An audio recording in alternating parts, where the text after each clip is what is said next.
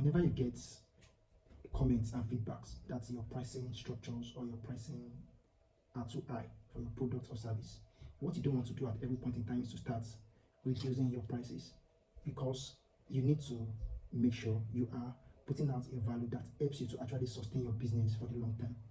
But what you can do alternatively is to make sure that you are actually implementing these 3 strategies I want to give you in this video. The first one is to make sure you are communicating your value proposition efficiently.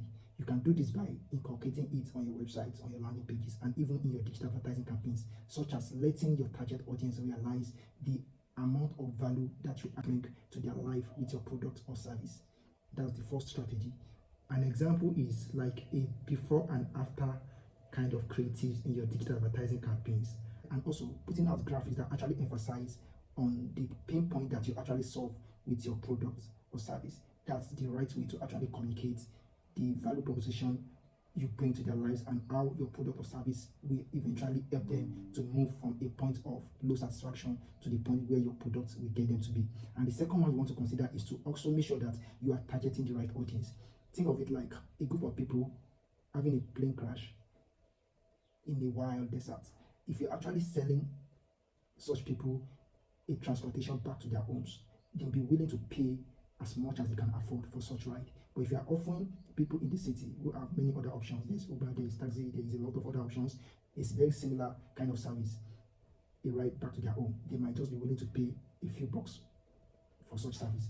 So reaching out to such people who have the buying capacity and a genuine need for your product or service will help you to actually sell at the right price, that help you to stay at the right price, that keeps your business sustainable for the long term. And finally, you want to introduce a payment structure that helps you to cater for needs of specific categories of people based on their need of your product or service. Let's say you are selling software as a service, for example. Let's take example of a marketing software.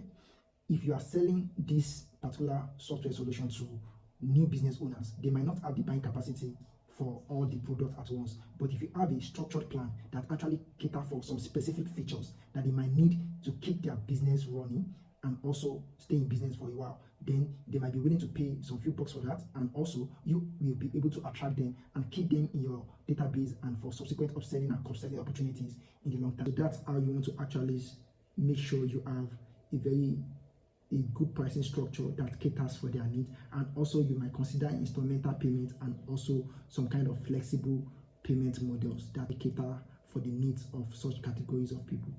Thank you, and I'll see you in the next one.